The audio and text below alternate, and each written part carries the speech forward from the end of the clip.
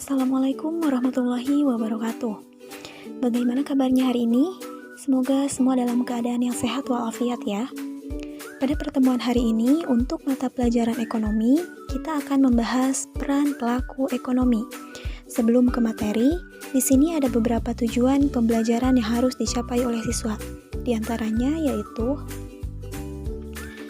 yang pertama, yaitu siswa dapat memahami konsep pelaku ekonomi dalam rumah tangga keluarga. Yang kedua, siswa dapat memahami konsep pelaku ekonomi dalam rumah tangga produsen. Yang ketiga, siswa dapat memahami konsep pelaku ekonomi dalam rumah tangga pemerintah. Dan yang terakhir, yaitu siswa dapat memahami konsep pelaku ekonomi dalam masyarakat luar negeri.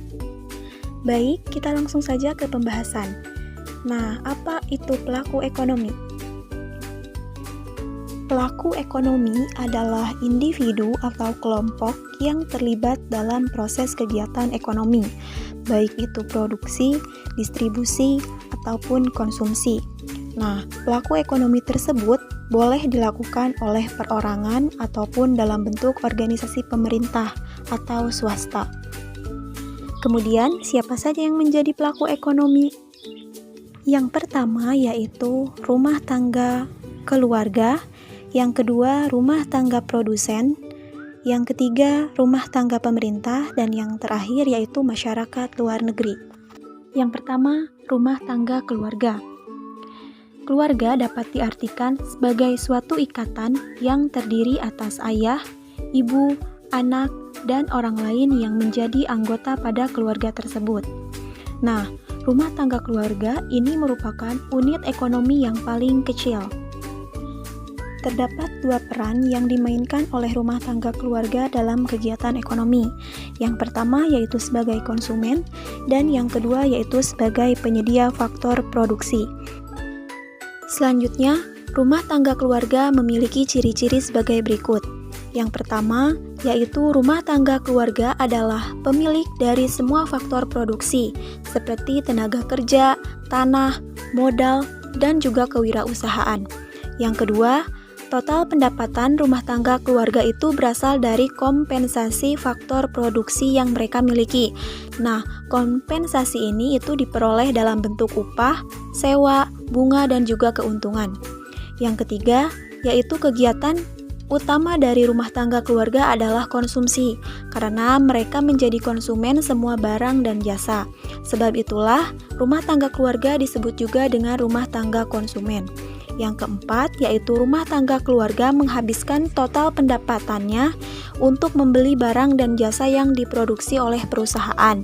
Yang terakhir, yaitu rumah tangga keluarga menyimpan sebagian dari pendapatan mereka sebagai simpanan dan akan mengalir ke perusahaan dalam bentuk investasi.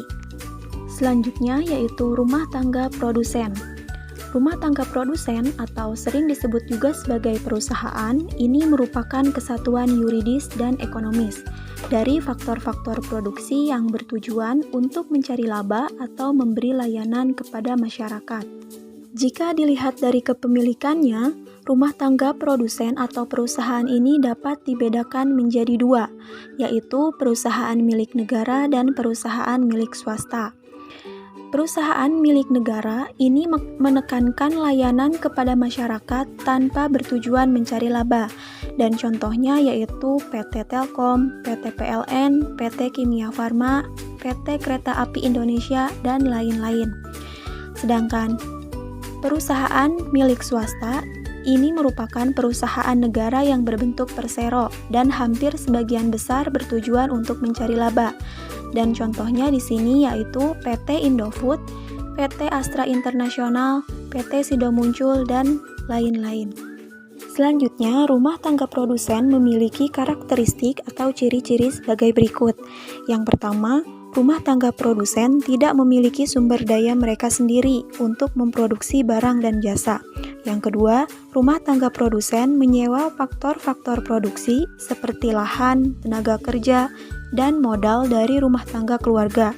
Yang ketiga, rumah tangga produsen menggunakan faktor produksi dan melakukan kegiatan produksi serta menjual barang dan jasa kepada rumah tangga keluarga. Yang keempat, rumah tangga produsen membayar pajak kepada pemerintah. Dan yang kelima yaitu rumah tangga produsen tidak memiliki simpanan. Selanjutnya, rumah tangga pemerintah. Pemerintah dapat dikatakan sebagai pelaku ekonomi karena pemerintah juga melakukan konsumsi.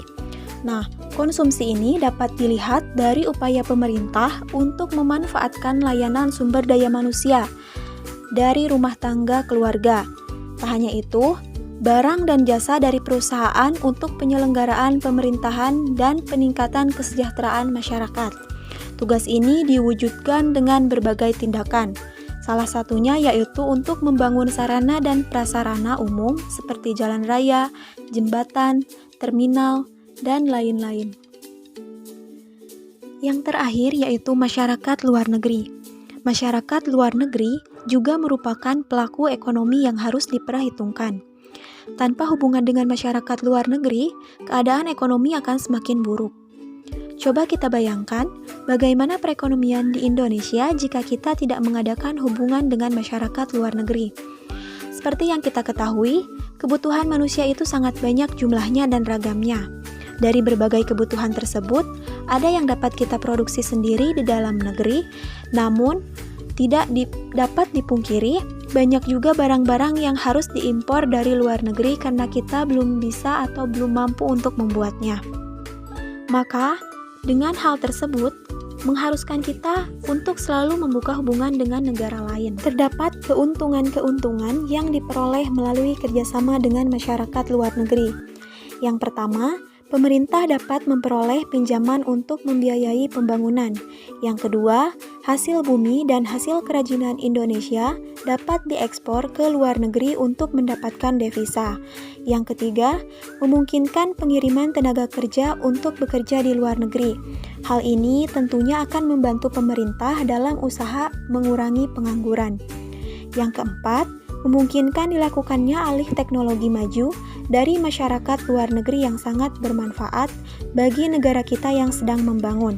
Yang kelima, memungkinkan negara kita untuk melakukan impor berbagai barang kebutuhan konsumsi dan barang-barang modal untuk menunjang pembangunan.